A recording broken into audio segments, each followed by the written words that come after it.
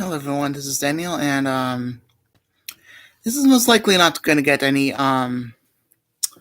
monetization. It doesn't matter because probably never going to get monetization because I'm too unpopular. So, anyway, for those who are hearing this, listen carefully. Why do you label people? Why do you even label others when you yourselves are labeled by that same person, or you have another problem that you have not told anyone that you're labeled by? Because everyone has their own issues. Someone could be poor. Someone could have affluenza. Someone could be too white. Someone could be Italian. Someone could be, let's say, what's that word? Someone could be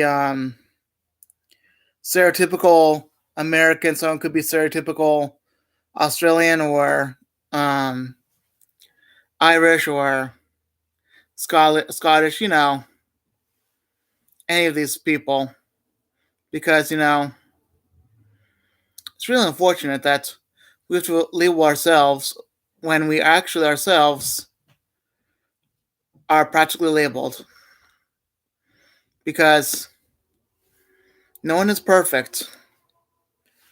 Everyone has their own issues. Someone could be labeled as autistic. Someone could be labeled as poor. So let me tell you something. I would rather have people be able to do a certain job for what their body is capable of doing, because in this sense, what your body is capable of doing is what you should be able to do, because everyone is different. For some, it's doing custodial work because they're strong enough and they're fast enough. For some, it's factory work because they can do the extra mile. For some people, it's doing computer work because they can see every little detail of the problem that they have ever seen because they're good at that.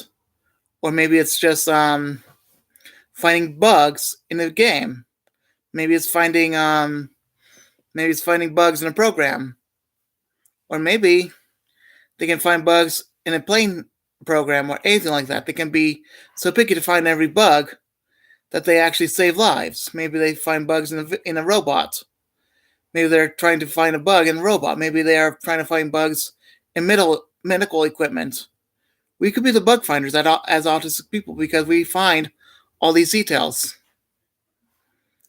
Or we could be people that are smart enough to make 3D artwork, or some people are just born artists because that's all they're good at doing is becoming an artist. Some people are good at being a music artist because they really are good at making music.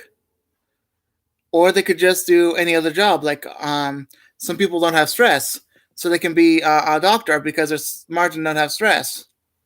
Some people don't have stress, so they can become a military person because they're strong and they don't have any stress and they're tactical. Anyone who with any ability can do a certain job. It's usually a person that is usually good at 1, 2, or 3 jobs, and that's it. We are all very much unique, and we're not good at every job possible. Some people might be a jack of all trades, where they can do 3. Some people are not jack of all trades, where they can only do 1. Because let me tell you something. We are labeled by the Creator. Let me tell you something about that. If we're born white, aren't we labeled as white? What about Down syndrome?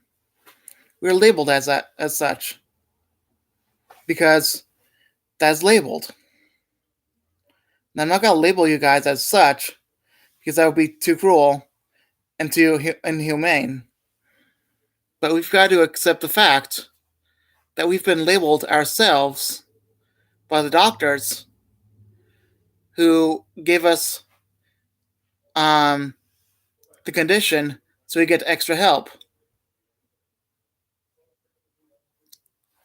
if anyone else labels us, it's bad enough that we are very sensitive about labeling.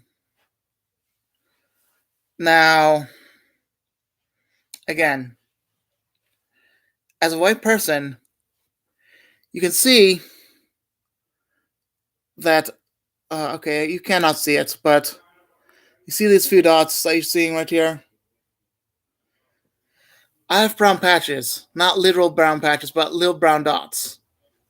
I am a certain amount percent black. Because if you're going to label someone within a color, why don't you just say black and call them a percentage? If you're planning on being a Ku Klux Klan member or a neo-Nazi, then just say, how much black do I have inside of myself? Because all Americans have a little bit of black in them, even Europeans. Every single white person has a little bit of black in them. Because we originally came from a whole world of mixed up people. We used to come from black and white, where women and man had all sorts of colors. They had olive in them and all that stuff that in them. And basically, no matter what, we have all races in us because we all came from Adam. And you can't just say, "Oh, that's our." I mean, if you're old, I know that some people are old, but if someone is old, then you've got to accept that you have your own condition. But don't tell anyone. Don't tell anyone to embarrass yourself, because Americans are easily embarrassed. So we've got to accept that. But unfortunately, since people are easily embarrassed in America, I've got to say this. Since you're easily embarrassed, that's a problem, because if you don't act on your let's say key problems, then you don't. If you keep on saying that we've got to protect our rights and all that, and say that we've got to nag about keeping our freedoms and keeping our privacy, freedom of privacy, did you just say that this beginning of all of what America did was basically ending us up here? Because if we have freedom of privacy, that's okay. But don't have too much freedom of privacy, because if you don't tell anyone that knows what they're doing, if you don't tell anyone that you have a very serious problem, that you have cancer, and if you don't tell anyone that there's something hanging from your chin, and if no one knows what you have, don't you die from that cancer that is on your chin or on your cheek? If anyone says, "Oh, that's just a lump," but instead that's cancer, and you don't tell anyone about it, that person or yourself will die from that. We've got to admit that life-altering diseases have to be stopped. We've got to admit it. We've got to stop it by admitting that we have it.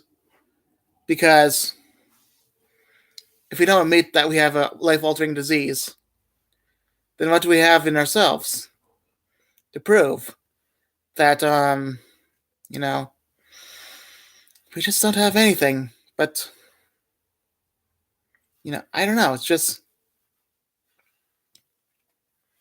we cannot have,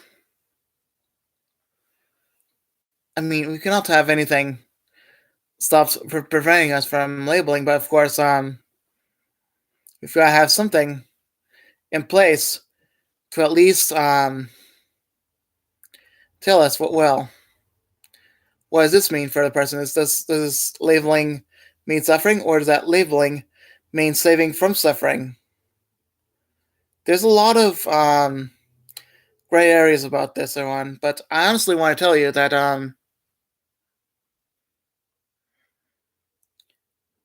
if we label ourselves a little more, then we prevent ourselves, literally, from having a horrible lifetime, a really horrible life. And we prevent ourselves from having an absolute disgrace of a lifetime. Because let me tell you what not lots labeling does, or at least in a careful sense. That leads to lots of protests, lots of personal problems, lots of humanitarian crises that are hidden within us. And that leads to a lot of major upsets personally.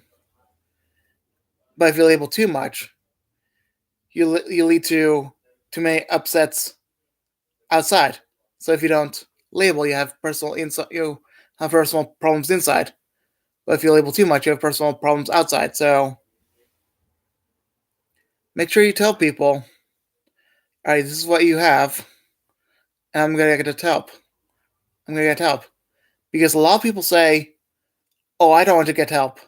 That's too much of a weakness to me." What weakness you have, if you tell about it, you'll become stronger. I've told you before. If you tell a person that you have a weakness and you get help, and I also told you before, if you get help, you will get stronger. And that's all you need to know is that if you get help and you get the person to label you, you might as well get stronger.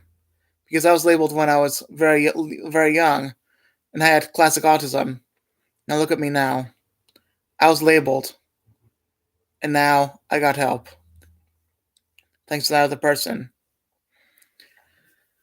Temple Grandin was severely autistic, and she was labeled as such. And when she got help by being labeled herself and labeling herself, she literally became like a regular person. So, get help, okay? Alright, I'll be done now, okay? Bye.